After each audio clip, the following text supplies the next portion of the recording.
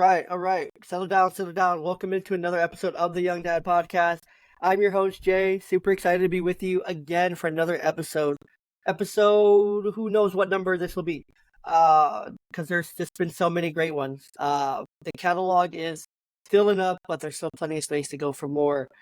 Before we jump too far in, I do just want to everyone to go down to the description of the episode, no matter what platform you're on. YouTube, Spotify, Apple, Rumble, wherever you're getting your podcast, wherever you're listening, it's there, I promise. Pocket Casts, Google Podcasts, Audible, everywhere. It's there at the very top of the description. Is the link to sign up for the email newsletter. It's a twice-a-week newsletter. Once on weekend, that comes out to let you know where the episode's going to be available first, pre-save links, what the episode's about, and just any other cool announcements for that week coming.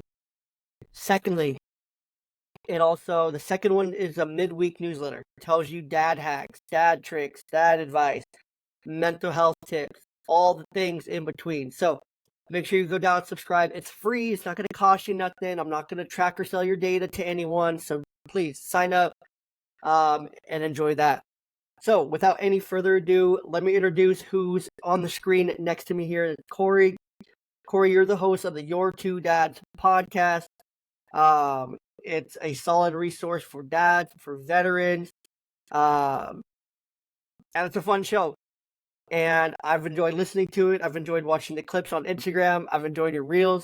It's a good time. So tell us about you. Tell us about your platform, how it got started. Oh God, I always hated this in college when they wanted me to talk about who I was. So I guess just real briefly, in terms of any relation to the podcast, I was in the Army from 2000 to 2004, and I never thought that I would be a dad until right around the pandemic. But my wife and I just kind of made the decision to do it just all of a sudden. And the next thing I know, I've got a son. And it occurred to me pretty early on that I had a lot to learn about being a dad, that my dad had not really done anything to teach me, about what to do. And so there were a lot of like generational cycles / curses that I was going to have to break, and a lot of growing that I was going to have to do. And I figured after, thinking about it for a while, that podcasting would probably be a good way for me to easily learn lessons, because I already liked podcasting. I already had a podcast at the time, and it's no longer going, but it was a learning experience. And I realized that I could keep it going in a different format as long as I had far less people to deal with. And so a buddy of mine got a different version of this podcast started, and then we kind of had a falling out. We went our separate ways, and I wanted to continue, so I changed the name and got on a different co-host that lasted for a really long time. And then life got in the way, and he went his. We didn't go our separate ways, but he had to step away from the podcast. And I've just been evolving it and changing it to kind of better reflect who I am. I'm, like a veteran, as I said, and a father. So I wanted to talk to vets, talk to dads, and just be a resource for them to, first and foremost, get, their story out there, let people know what it's like to be a veteran, to be a dad, the mental health side of that, just every aspect of that.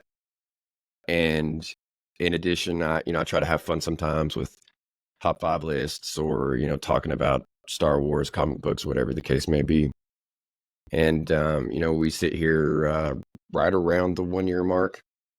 And, I've got a decent following, in terms of where I started, because I started out with like 80 Facebook friends, and now I've got almost as many listeners and far more followers across social media. So, I'm happy with where the podcast stands in terms of growth. I'm trying to branch out with things like this, things like guest spots and things of that nature.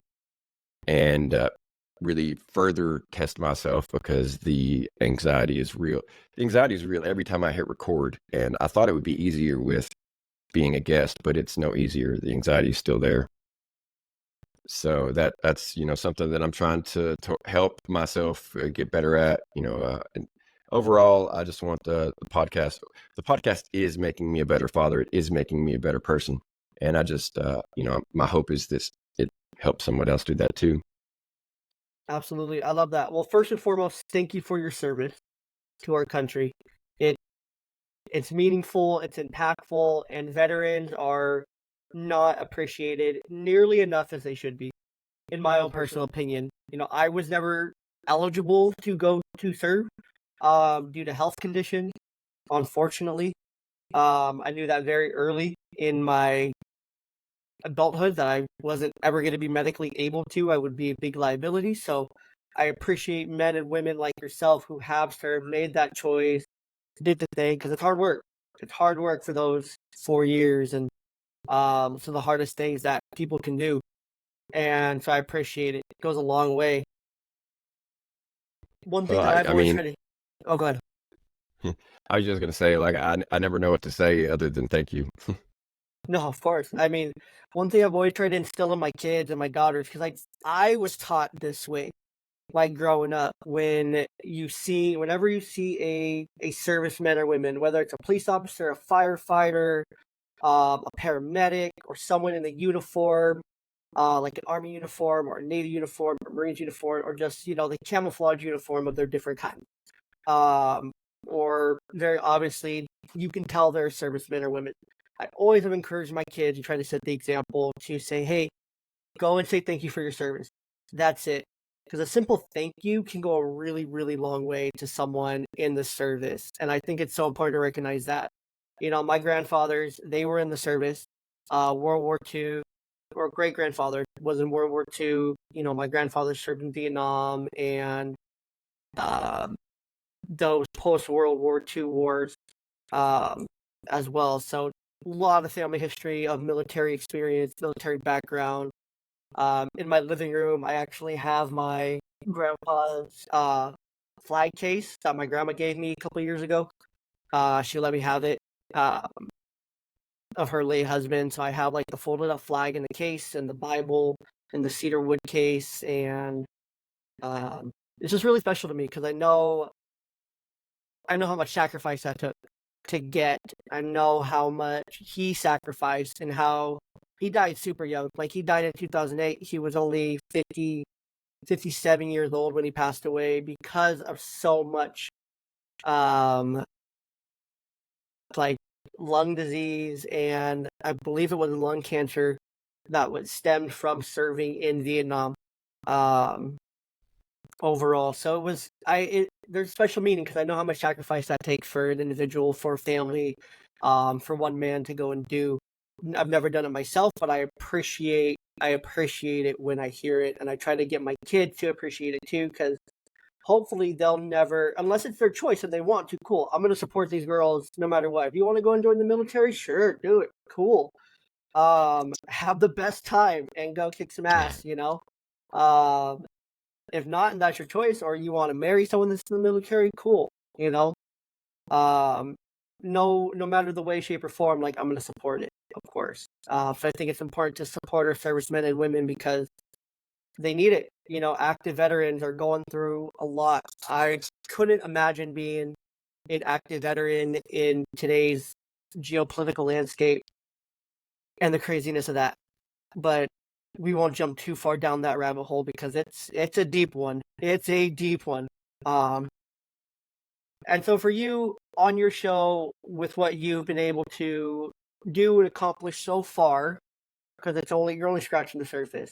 Um, what kind of things are those, like, I won't say like common themes, but help educate us about what it's like to be a veteran and then a dad, or a veteran and a dad simultaneously, or a dad then a veteran, or a veteran then a dad, whatever that mix looks like. You know what I mean? Because it looks different for everyone, I'm sure. Or they're a dad, then they're a vet, or they're a vet and they're a dad, or they become a dad while they're a veteran, like actively serving. So What is that like? What are some of the things our servicemen are like struggling with, going through, and experiencing when it comes to fatherhood and mental health? Well, I think, like you said, it does kind of vary depending on whether you become a veteran or a father first, however it occurs. Because I think that being a veteran first will help you be better prepared for fatherhood. Multiple different ways, self control and uh, hopefully, a bit of self confidence, among other things. If you're a father first before you're a veteran, then you're probably, in my opinion, a father maybe a little too early, and things are going to be really hard. You should definitely listen to this podcast in my own in order to get all the tips that you can to make things easier for you. But for myself personally, I was a veteran so long ago that I guess I'm always a veteran, but I was in so long ago that the only thing that has really stayed with me is the poor mental health. And I mean, I've been depressed since I knew I was depressed at like 14 or thereabouts. Like I learned at that time, I was like, okay, so this is how I've been feeling. This is the term for it. So whenever it started, I can't say, but I knew that it was depression around that time. And it only got worse in the Army. And the Army also helped me develop an anxiety issue that I've never really thanked anyone for. I should get on that. But thankfully, here recently, I've kind of gotten more of a, I don't even, like, I was about to say I've gotten more of a handle on the anxiety, but really, I don't think I have. Like, I thought I did, and then the first time I did something that was outside of my comfort zone, I was like, "Oh, there you are, my friend. Where have you been?" So I don't know. Maybe I don't have a handle on it at all. But anyways, all that being said, it does make it, in my opinion, harder to be a dad because dads and I'm gonna glide into some cliches here, but like I'll Maybe. glide back out. That dads are meant to be, tough. We're meant to be rock solid. Meant to bear any trouble or worry, and it that is not the case at all. We are just as human as we were when we were 14, or just as human as mom is, or little Sally. We have feelings, and sometimes it's really hard to deal with those. And so it becomes difficult for me sometimes to be a strong dad when I am going through, an extended period of depression, or, my anxiety has spiked for whatever reason.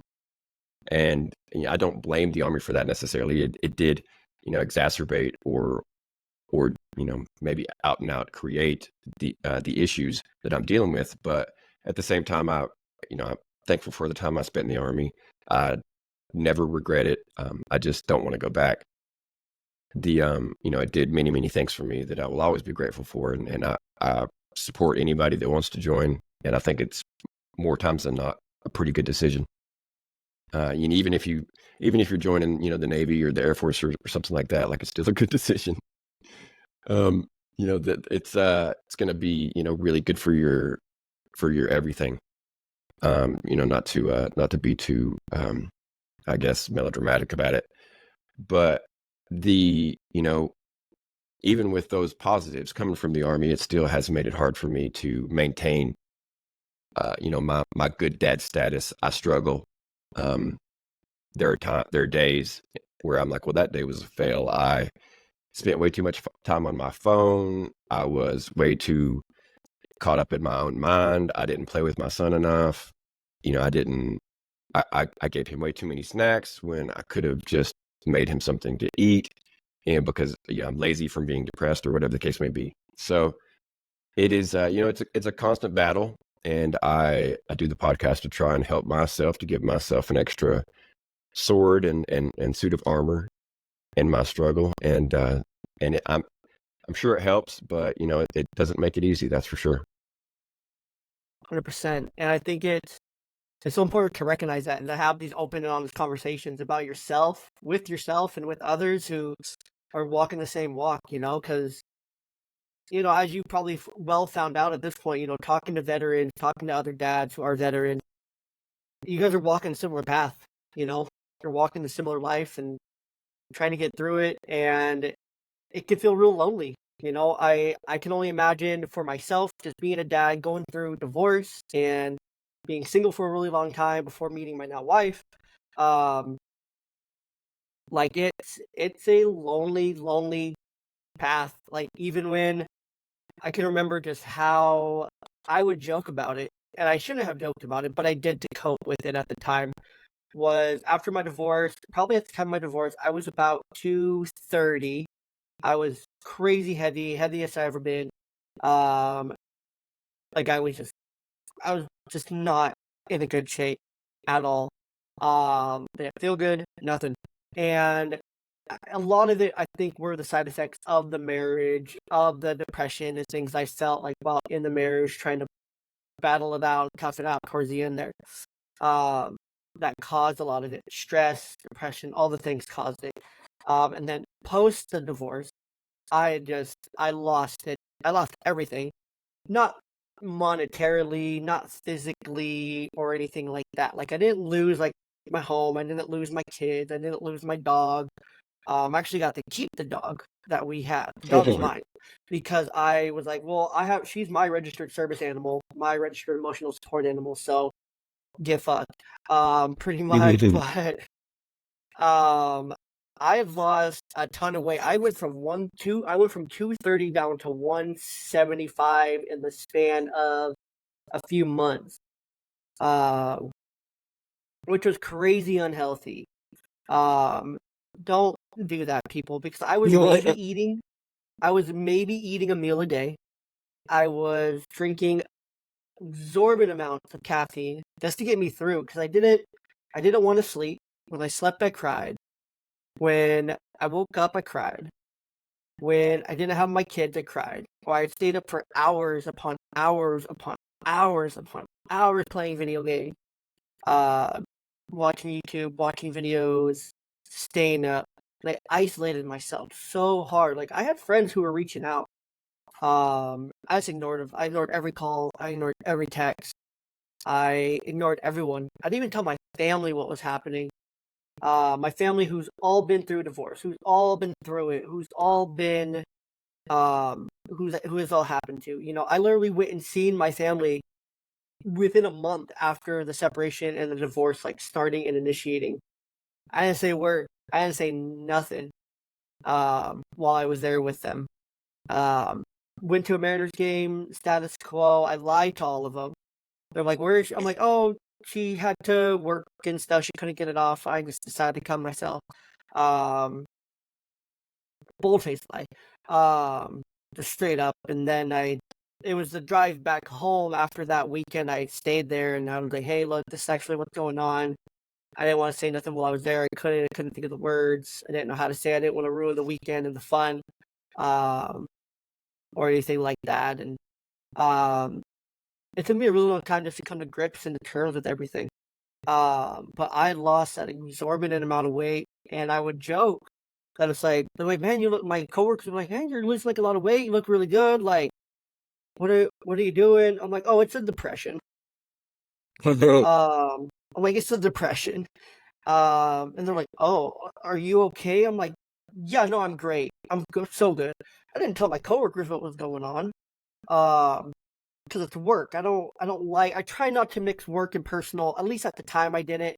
Now it's a little bit different, and I'm a lot more comfortable with myself and what I share, and I know how to keep things separate and mix and commingle a lot better than I did at that time, um, in general. But no, it was depression's a real thing, man. It's tough. It's really hard. It's really difficult.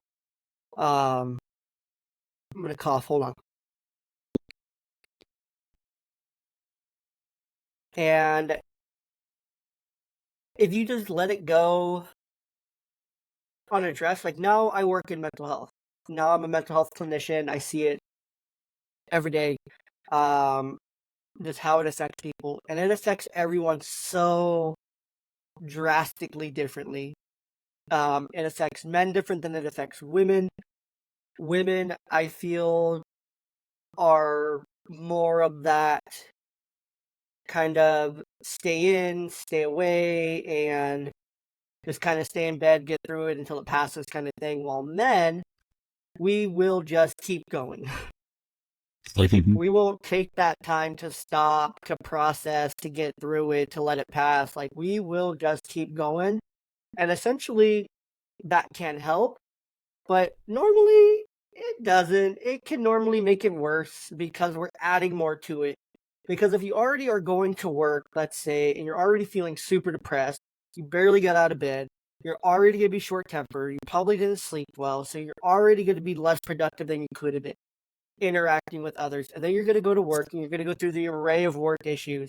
You're probably going to say something to someone that you probably shouldn't. Probably going to be a bit more short tempered. Work quality is going to be lower, and it's going to be rougher, a little bit more snappy, and things like that. And then you're going to come back home, and then guess what's going to happen? You're going to come home, and then either it's going to be let out on your family loudly or silently. By that I mean you're going to either lash out. It's going to go out on your significant other. It's going to go out toward your kids, yelling, screaming, fighting, arguing, hardcore discipline, and they're going to be confused. They're going to be scared. They're going to be all the things. Or it's going to be that silent way. Hold on, I got a cough again.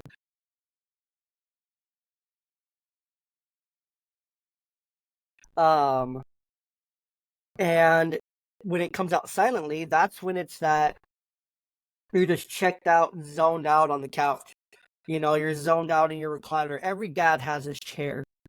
When you're just sitting in your chair and just kind of there, you know, you're just quiet. Like, you're there physically, but you're not there. Like, you're not there.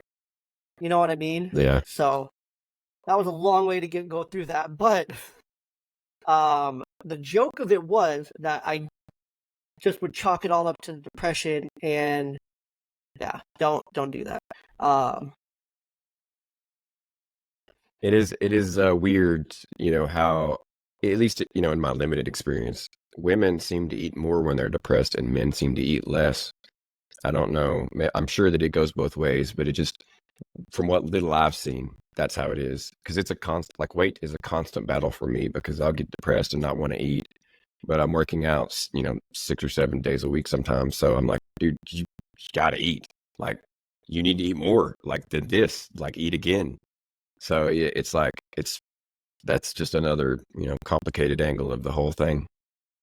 Yeah, no, I agree with that. Like, I would, at that time, at my peak, I guess you could say, um, was I would go to work. I worked at Lowe's, so I did a lot of physical stuff, a lot of walking, a lot of talking, a lot of lifting.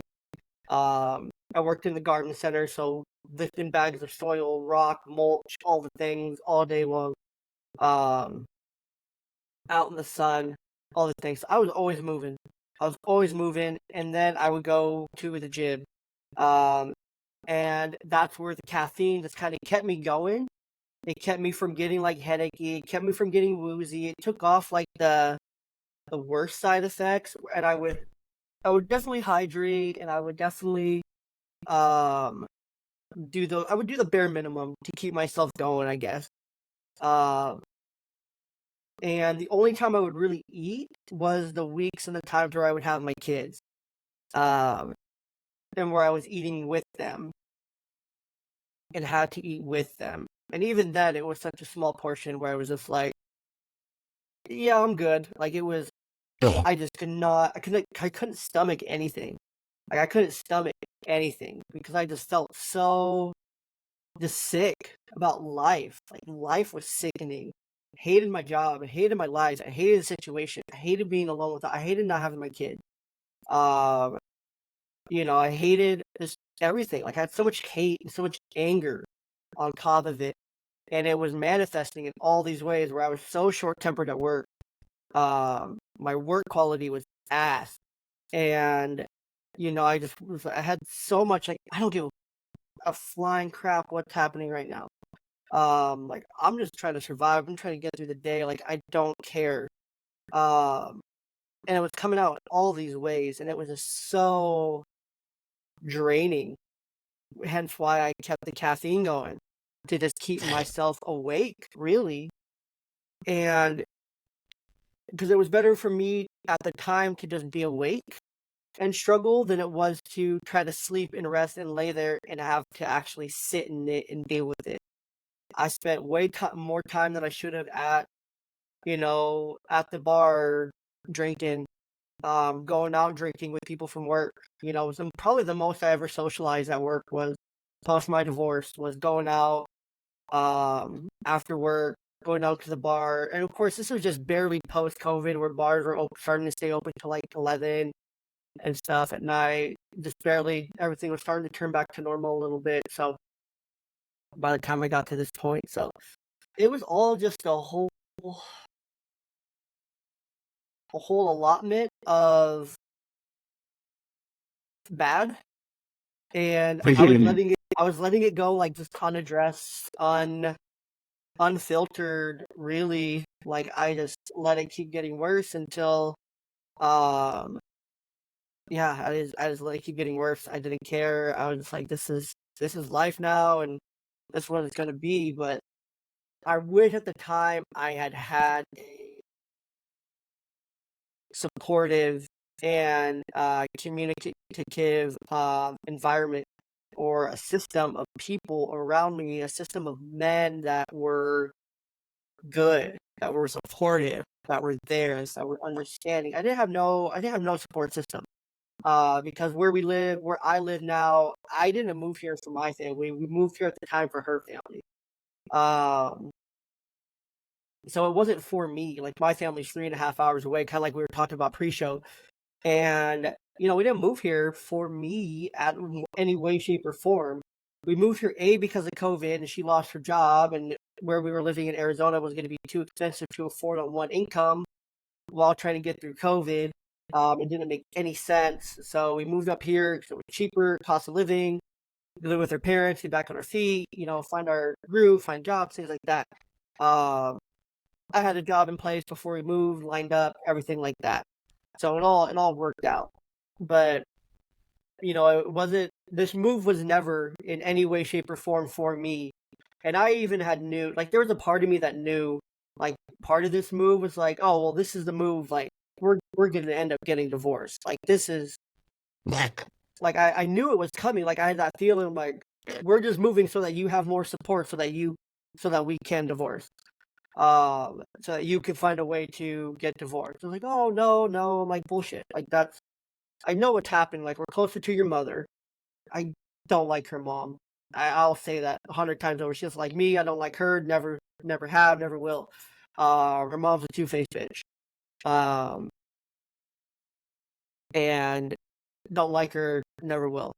Kind of thing. So I'm like, I know what's gonna happen here. I know where this leads. Like, I just knew, like, in my stomach, like, I just knew, like, this is where this is gonna end. And sure enough, it did. Um, Not the exact way that I hoped, but you know, it happened still, and it was rough. And at that time, it's 2021, and there's hardly any podcasts or anything. There's hardly any resources out there for a divorced dad. There's hardly any resources out there for someone going through what I'm going through, kind of thing. And now that I'm in the sphere, I see a lot more of those resources, and I know they exist. But at the time, like, even searching like Spotify, I searched, single dad podcast. There's like five. Like 3 episodes each. And they all just were like kind of flamed out kind of podcast kind of thing. Which happens. Very common in the podcasting sphere. Most episodes, 90% don't make it past 5, 95 don't make it past 10. The rest of the 5% don't make it past 20.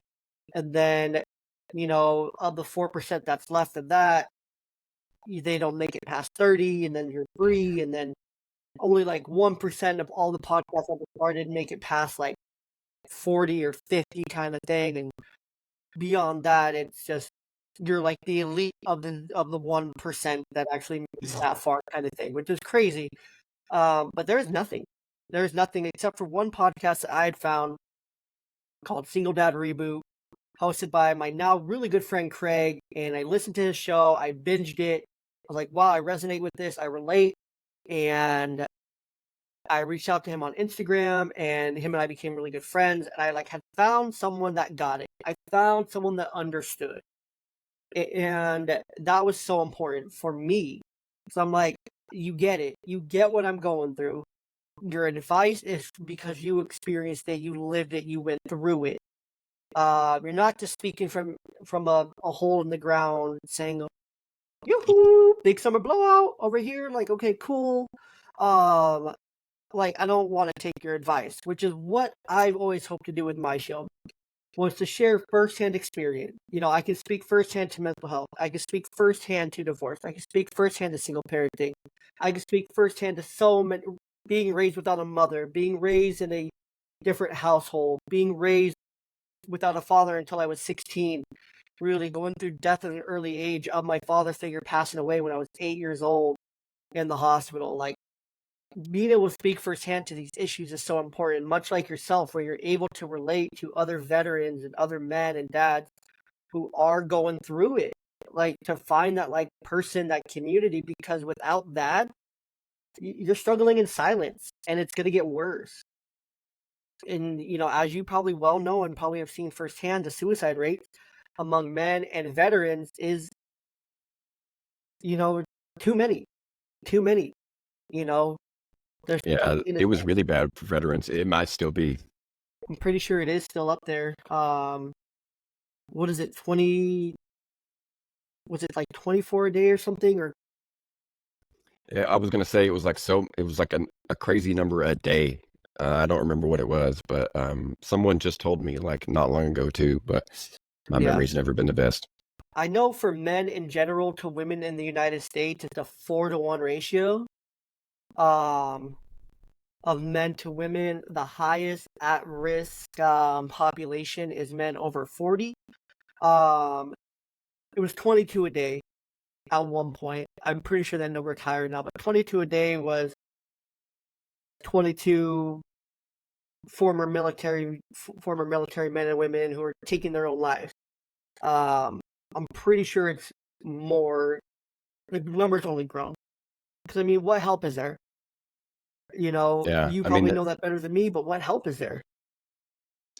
well, let me clarify like there is, there is the VA. If you're wondering like why don't servicemen get like help, like there is the VA, but I could tell you from personal experience that if for whatever reason, any reason at all, like for mine, I just missed a phone call. For any reason, you're gonna fall out of the loop. You're gonna lose your appointment, and then you're gonna have to work your way back in, and maybe with a different doctor. It's such a hassle. And then you're gonna have to go through the whole thing again of telling some new stranger your most intimate thoughts. And for me personally, I just wasn't gonna go through that again. And I'm not advocating for my way of doing it. I'm not doing it the right way, quote unquote. I should be trying to get back in. I should be trying to get therapy. I need it. It's helpful. But I'm just not going to put up with it anymore. It's just so hard. The VA, it's free to go for medical care, and you can understand why, because it is so hard to get anything done. I will call my clinic and be like, hey, I've got this going on, and I think I need to get seen. And they're like, well, put some ice on it and call me next week. And then if it's not better, then we'll get you in. And I'm like, oh, wait, what?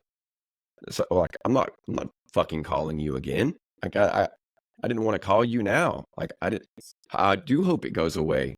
So I mean, if you're not going to see me, then maybe it will. So yeah, that's it's a problem, but there is help if you're willing to go through those hoops. There's resources. If you're not willing to go through those hoops, then there's like you said, there's podcasting. I find podcasting to be amazingly helpful in terms of finding people that are into or going through any number of things that you might be experiencing. I mean, if you're an ultra runner who's a dad who's worried, like concerned about mental health, I know a podcast for you. Yeah, and like Ready? you would never think that there could be like those three things together, but sure enough, there is. And there's going to be somebody out there that is trying to reach you with a message that could help you. It's just a matter of finding them. And I'm not saying that you got to work hard. Sometimes you just got to get lucky because podcasts, like you said, they don't last, and oftentimes they don't last because they don't have that person going on and talking to the host and telling them, hey, your work is really helping me, your message has reached me. We don't, there's a percentage, I'm sure, podcasters that are like, oh, I'm going to get rich. Joe Rogan makes millions, so all I got to do is turn on my mic and open my mouth. But there's a lot of others that really are trying to get a message out there, trying to create a community, trying to talk to people. And when they go, 3, 4, 5 months and it's still crickets, that's usually the end of it. Mm. And so if you're out there listening to any kind of podcast, maybe take the time to send them a message, or, you might not think that it matters, but I guarantee you, that virtually any podcaster who's not Joe Rogan, just because, he's world famous, they're going to appreciate you telling them, hey, your work means something to me. You've helped my life in some way, shape, or form. I never get feedback. Like I really have very few listeners. And even the listeners I have don't listen to every episode, but I tell them, hey, did you like whatever I just did in this episode? Write me, tell me, and nothing, just nothing. So I joke that like they like me so much that it doesn't matter what I do. They just want to hear me talk about it because they just True. love this deep Southern accent. And He's doing one. and you know that might be the case, but at the same time, like hey, drop a line. Tell me, hey, that last episode was good or whatever. And Something. so yeah, something. So I speak from personal experience when I say that if you're, there's a podcast for you if you're going through something, and at the same time, be sure to let that person know that it did mean something for you. 100%. 100%. And I think what you mentioned there about the VA is so important because I saw that with my grandpa that I live with. Like he would go week after week and he would go to his therapist and he would go to therapy to try to start working on. He was older. He was probably like 50, 60s. Like he was older, like going to the VA and getting his help and everything like that. And then what had happened was his therapist left. Either he left or he passed away. One of the two. Um, that was devastating for him. That was devastating. And I think that happens a lot, even in the non VA like setting, like mental health clinics. Is that I've seen high amounts of turnover even in my agency to the point where we lose a lot of people or people are angry or upset. It's like, oh well, you know, that's the person I knew, that's the person I built rapport with. Now I have to tell you all this stuff. Like that should be in my file, that should be in my note, and it sucks to say, oh well, actually I don't have that documentation, or actually there was nothing ever documented on that. There is nothing documented on that, probably just for your overall confidentiality. Or people have a really hard time with change. It's really hard to change like your mental health provider that you were opening up to, and now, yes, this person may have your entire case file and everything, but you don't know them the way you knew the other person because you got to share that firsthand experience with them. They shared with you their knowledge, what they went through, things like that. They related to you in different ways, shapes, and forms that made it so that now you have that extensive case file. Like that didn't just happen. That doesn't just happen. Like it's so important to understand that. And when you're told, and I think that's just health system beyond the VA, it's more or less that's how it is across like everything. Like I haven't gone to my primary care doctor for a couple years, even though I've been encouraged. Like I've gone to the same clinic, or like they're the clinic versions of like urgent care and things like that. But I haven't gone to that doctor because he left. And like I only want to see him. Like he was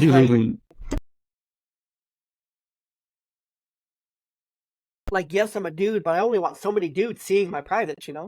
Um, and I was like, I don't like seeing female doctors. I don't, and that's just a preference thing. Like, and we're entitled to that preference here in the States with HIPAA and patient voice and choice and things like that. Like we're entitled to that, but it sucks. And like I hear it a lot because our area is so limited when it comes to professionals who can test and diagnose for autism, or who can test and diagnose for different high-level personality, behavior, and psychiatric disorders. It's limited, wait lists, months long. Like nobody wants to sit on a wait list for months on end. It's like, well, I need help. Like I'm gonna off myself. Like I need help tomorrow or today, not in 3 to 6 months kind of thing. Like that's not gonna help. Or, hey, I need relationship therapy now versus in 3 to 6 months. In 3 to 6 months, that's only gonna be worse. And we're gonna be If you further could wait behind where 3 to we are 6 now. months, yeah. Like, do you even need it if you can wait that long? Right? Like, I feel bad being on a wait list for 3 to 6 months when I know someone else could be on that wait list who needs it more than I do. And maybe that's That's just a another man thing, thing. yeah. Exactly. It's like well, is it really that bad? Can I just ice it and move on?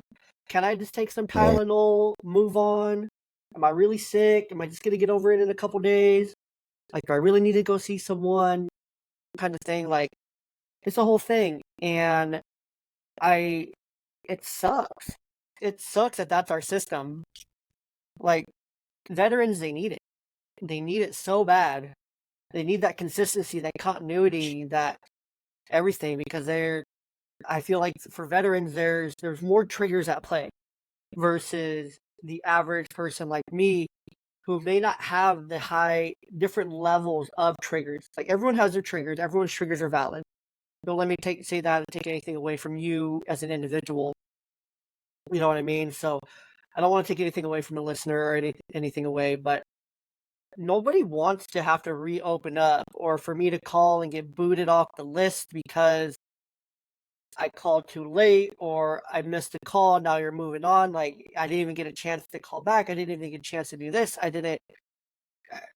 I have a life too. Like I can't just drop everything at your beck and call kind of thing. Like that's unrealistic. That's not sustainable. Like that's not how life is kind of thing, So it's not fair, and then you'll get the whole life isn't fair, dude.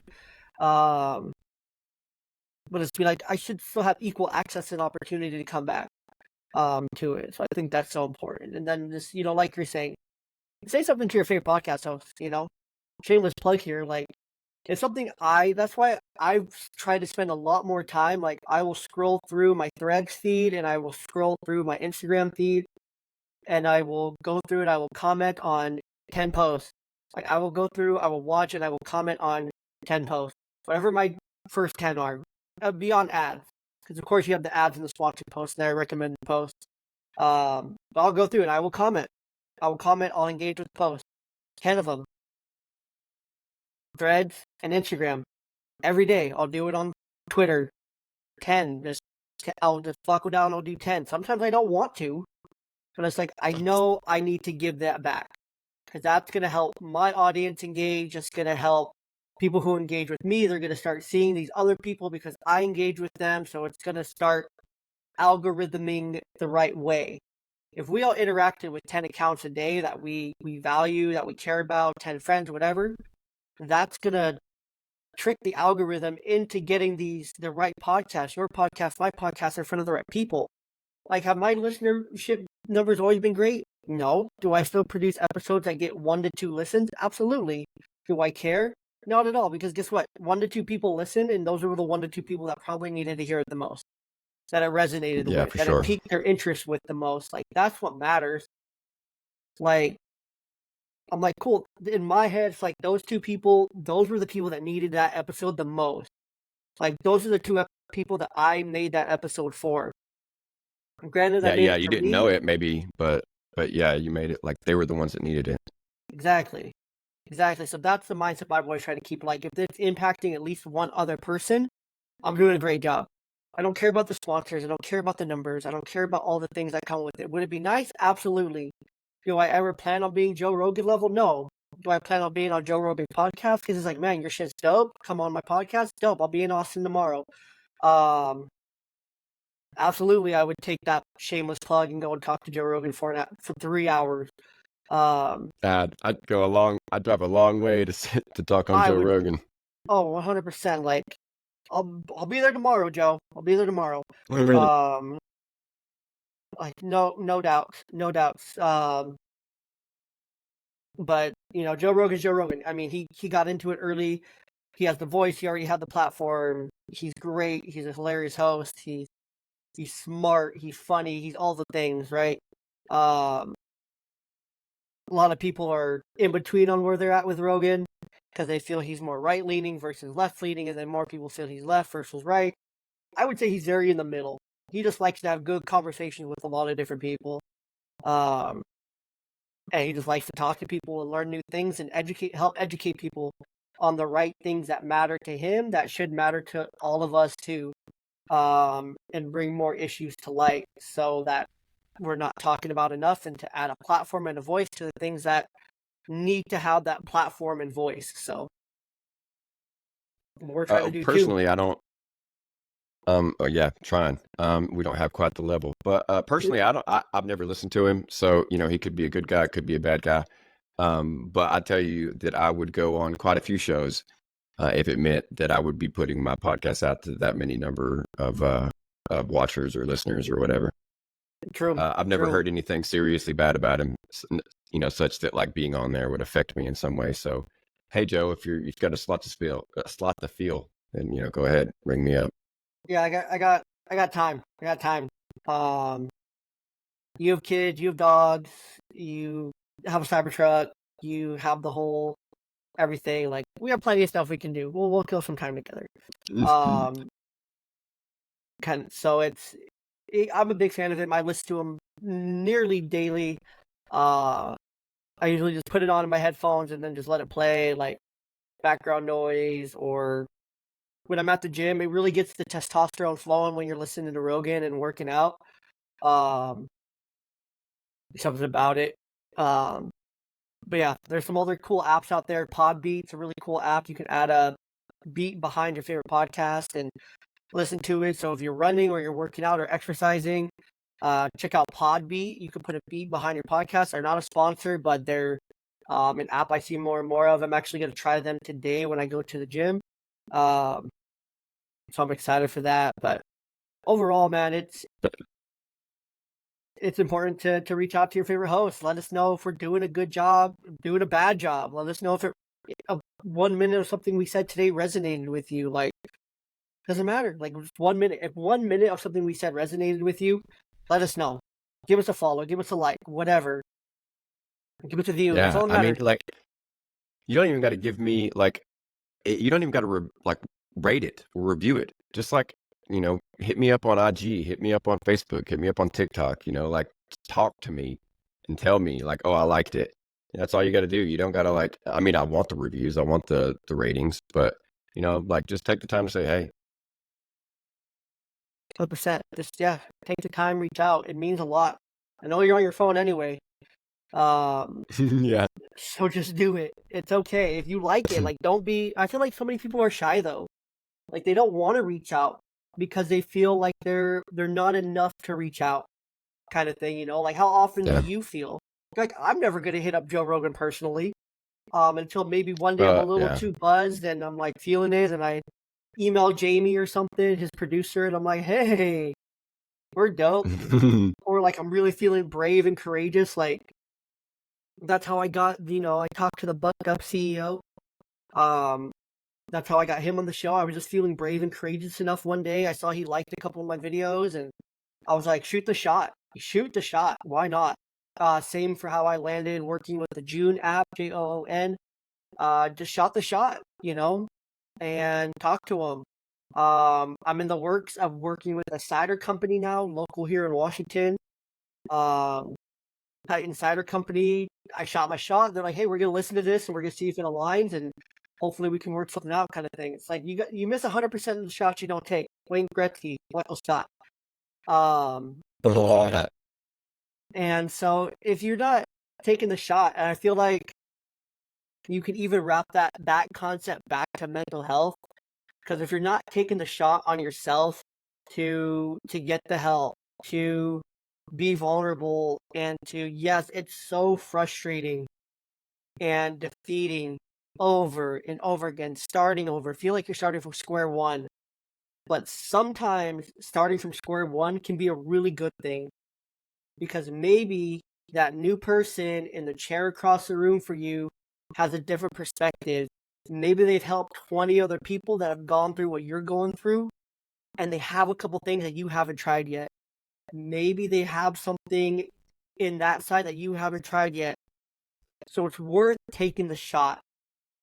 I say it's always worth taking the shot. It's something I try to instill in my kids, Like, take the shot, do the thing. Like, my kids are young, but I encourage them. But we're at the park, and there's a little kid playing by themselves that obviously is neurodiverse. And I can recognize that because obviously I work with neurodiverse children. And I encourage my kids, hey, go ask that kid if they want to play. Go interact. Go do the thing. Go do something hard. Go do something uncomfortable. Or when we're at the grocery store, even, like, I challenge my 6-year-old. I'm like, hey, go pick out the cucumbers on the list this week, or go pick out the apples or the oranges, or kind of thing. Like, challenging our kids is so important. Challenge them to get out of their comfort zone. Challenge them to do the thing that maybe they don't want to 100% do. Challenge them, push them, encourage them, make them take the shot. Because if they don't take the shot, they're never going to learn. They're never going to understand. They're never going to try the thing. Because some kids are going to try the thing on their own. Some kids will never try the thing without an encouragement from mom or dad, from dad saying, oh, look, you got this. Go try it. Go do it. You can do it. You can do it. And then they take that shot and they end up doing so well, excelling, doing great, being talented in a way that they never thought was possible because of you. So it all wraps back in some way, shape, or form to that parenthood aspect, to that mental health aspect, and to take the shot. It's worth it. Take the shot. If you're on the edge about taking the shot and reaching out to your favorite podcast hosts, like, heck, I reached out to the hosts of the Crime Junkies podcast, Britt and Ashley. Their podcast is ginormous. But they're moms, and I've listened to their show, and I love their show, and I want to get them on. Never heard back, but hey, I took the shot, and I took the shot. Or there's this guy going around on TikTok. His name's Joel, and he just makes really funny, hilarious content. Him and his wife make really fun, engaging content. But guess what? I emailed him. I'm like, hey man, I really like your content on TikTok. You're blowing up. You're fun. You're relatable. You're a dad. I think you'd align with my audience. I think we'd have a fun time recording. Shot my shot. Send him an email. Email me back. We're trying to line something up right now. Does it always work? No. Does it work 5% of the time? Yeah. So why not? 5% is worth it. 5% is worth it. If it's worth it for you, just imagine how much it can be worth it to your kid. How much it can be worth it to yourself as an individual to take that shot on yourself, to take that shot with your kid. If you're single and you were like me and I was single and my daughter's preschool teacher was the hottest thing I ever seen since sliced bread, shot my shot, we're married now. Is it always going to work? No. But when it works, it works. And it's amazing. So take those shots. Don't be afraid to take those shots. Because they're worth it. They can be worth it if you let them be worth it. You might have the name of the episode there. Take your shot. Take a shot, maybe. Title. Yeah, title of the episode. Right. Take your shot. It's worth it. Take your shot. Even if you're nervous or it means starting over. Sometimes that's a good thing. It's all about keeping it in that perspective of your bubble. Yes, it's frustrating. Yes, it's scary. Yes, it's all those things that you feel. But what if this is the one time you took that shot and you started over from square one, and instead of only getting to square 3 or 4, you got to square 8 or 9? What if you got to square 11? What if? All the way to 11. I mean, maybe. If nothing else, failure teaches us. So exactly. I mean, what's the definition of insanity? doing the same thing over and over again, expecting the same result or a different result. My bad. But Yeah. I'm, but at the same time, like, you got to be a little insane to be successful. very true. You got to be insane with yourself too to be successful with yourself. You got to be willing to do those things that maybe your same peers aren't willing to do. Be willing to start over, start from square one with a new therapist, with a new provider, start from square one with your kids again. Wake up every day, start from square one with your kids. See, like, man, yesterday I didn't do great. I only made it a couple squares, but today I'm gonna make it a little bit further. I'm gonna start here, and these are things I'm gonna do differently. Today I'm going to do one thing differently. That's one square further than you were yesterday. Next day, I did that thing really well yesterday. I'm gonna do that one again. I'm just gonna get comfortable with it. I'm gonna do it again. I'm gonna stay in that second square. A couple days later, okay, now I'm gonna take another square further. I'm gonna do this thing with my kids. Stay in there. Next day, a couple things further. Before you know it, you turn around, you look back. You're like, whoa, I've come a really long ways. I've done some great things. Like, holy crap. You can apply the same concept to your relationship. Same concepts to your relationships, to work, to your at home, to your friendships, to your relationship with your partner, to your wife, to your significant other, whatever you want to call your significant other. It's worth it. One square at a time, step by step, little steps can make a big difference. But you got to start. Got to start somewhere. If you never start, you're never going to know. And it's so important. Yeah. You got to force yourself to ask that girl to dance, so to speak. Yeah. Yeah. Or slide into her DMs at the end of the school year and see what happens. I'm speaking from experience. Either one. Yeah. But, you never know. You never know what can happen when you just take that first step. You take that little bit of courage and you run with it. And you just do the thing. If you just do the thing with that little bit of courage, who knows what happens next? You don't. The rest of the factors at play do, but they're waiting. They're waiting for you. They're waiting for you to own. I think of it as a pegboard sometimes, and like with plugs all over it, right? And you have like different pegs and different holes. And there's something waiting to burst through that peg that you have your hand on that you're not sure if you should take it out or not, because you're not sure if anything's going to come out or if too much is going to come out. But then when you finally do decide to remove that peg just a little bit, and you start to see just a little bit of drip of water come out, and then you pull it the rest of the way, and then you get smacked in the face with this geyser of water coming out from that peg. And, sometimes that happens. All it took was you just unplugging it and letting it flow through. Yeah, it's got to be daring. Mm-hmm.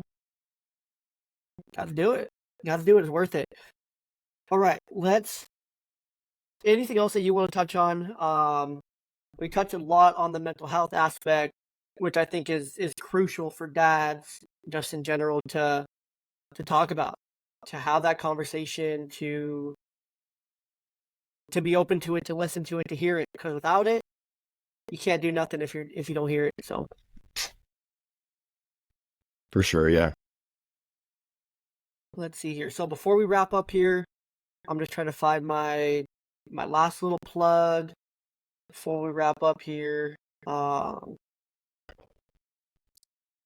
before I ask you my last question, I do just want to give a shout out to today's sponsor of the podcast, the Joon app, Joon. Drive positive behavior change with Joon. If your child is struggling with behavior, habits, or routines while at school or at home, well, Joon might be worth a look. This new app combines a video game that kids love with important tasks and habits that you want them to practice daily. If your kid is struggling with cleaning their room, taking care of their morning routine, taking care of their after-school routine, their midday routine, getting into a habit of schedule, routine, things like that, whatever it is. If your child has ADHD, if you're on the spectrum, this app can definitely help take it to that next level. And it can provide them a hyperfixation that helps them accomplish these goals without them realizing that they're building a routine and strong habits. So, if you want to give the app a try for free and use my code YNGDAD to earn 25% off the annual subscription rate, feel free to. I'd be more than happy if you did that. And you can see why over 500,000 families and over 1,000 therapists, myself included in both those numbers, I use it at home with my kids. I recommend it to families I work with on a daily basis. See why we're recommending June, JOON, and why this podcast supports this app in general. And visit joonapp.io/youngdad, that's YOUNGDAD, to learn more. And of course, that link and that code are going to be down in the description of the episode. You can also find that description in my link tree with all the other deals, specials, promos, and partners of the podcast as well. So, without any further ado, Corey, the last question for you. What would you say is that one, maybe 1.5 pieces of advice that you would give to the dad struggling in that dark place to try to help bring him out of it, to try to help bring him back, get him out of that dark place that he's at? You know, I would say that if nothing else, you're not alone. I'm in there too. You just can't find me. But I guess it all depends on where your issues are stemming from. If you've got unresolved, stuff from your childhood, then it's time to probably get into some therapy. If you have tried therapy, then consider that again, because like Jay said, it could be that your next therapist is the one, so to speak, the Neo that you need to help you get over your obstacles.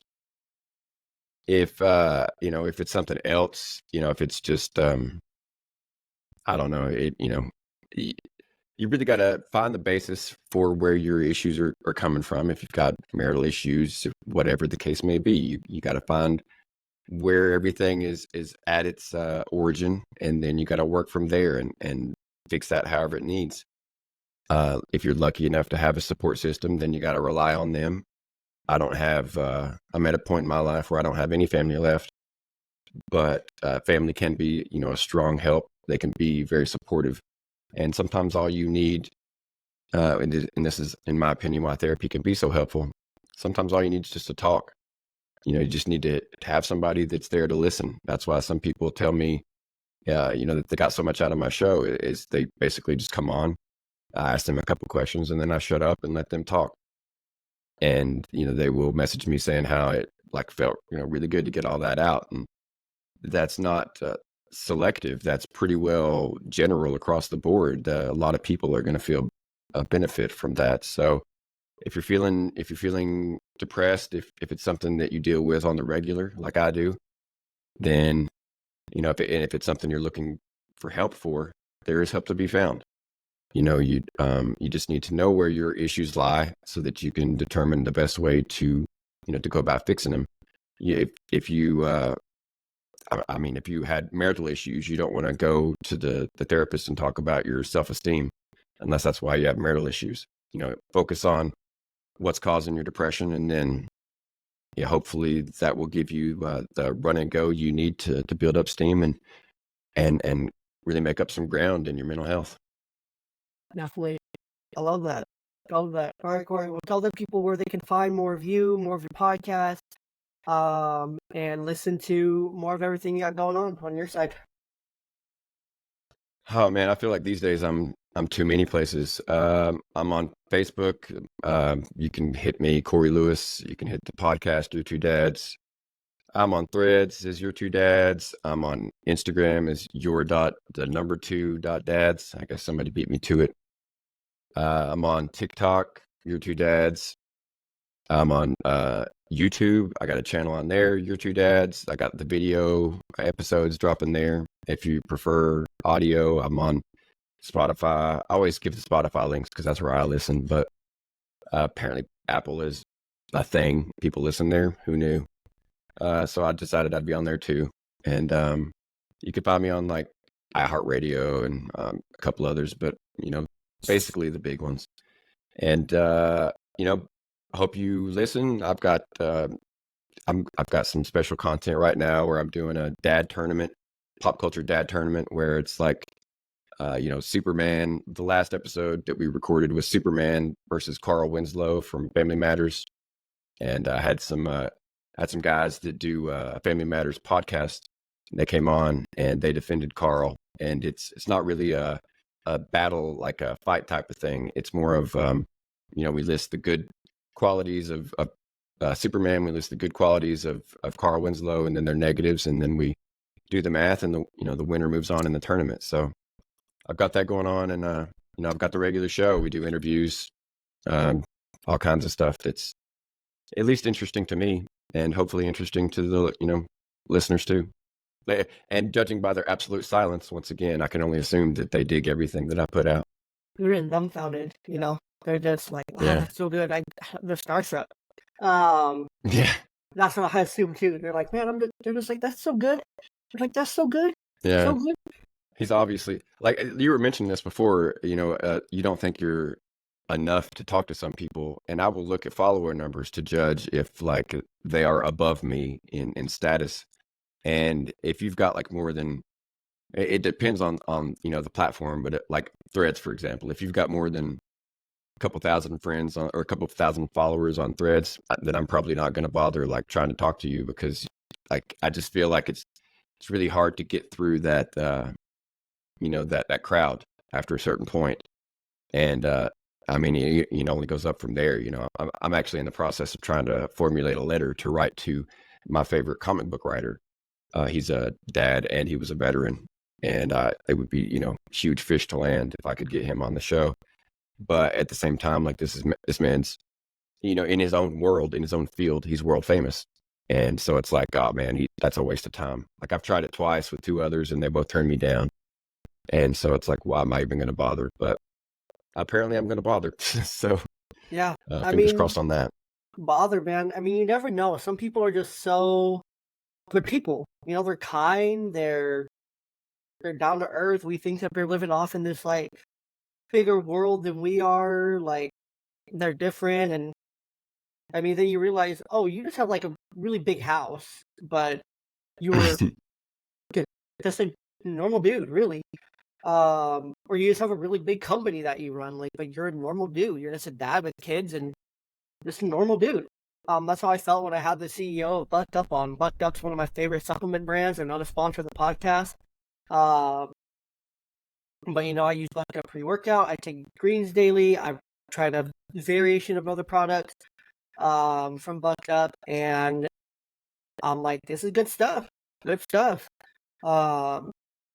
And so it's a whole thing, and I thoroughly enjoy See your it. videos. So, yeah.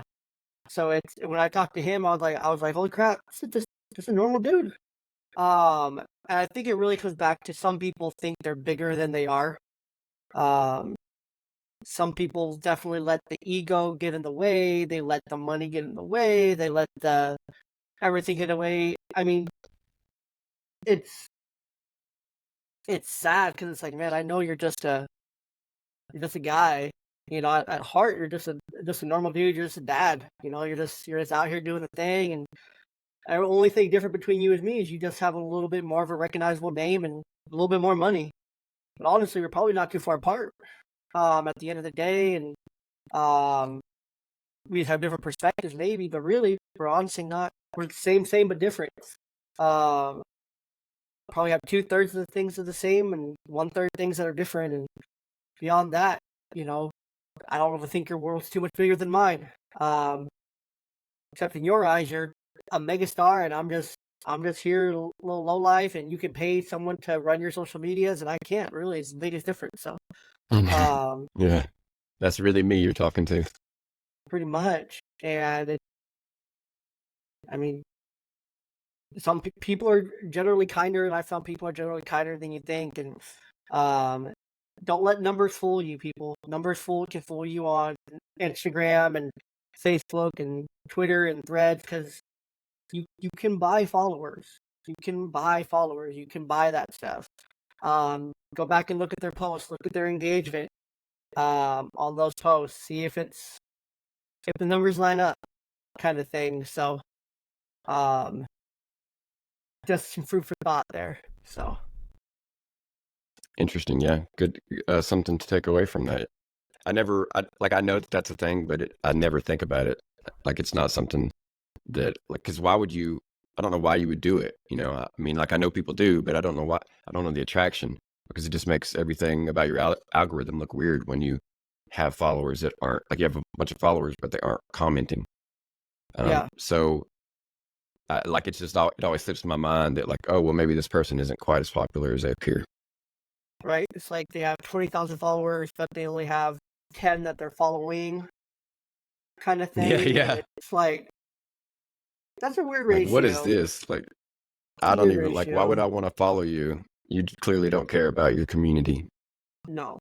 Um. So definitely don't fall for the number game.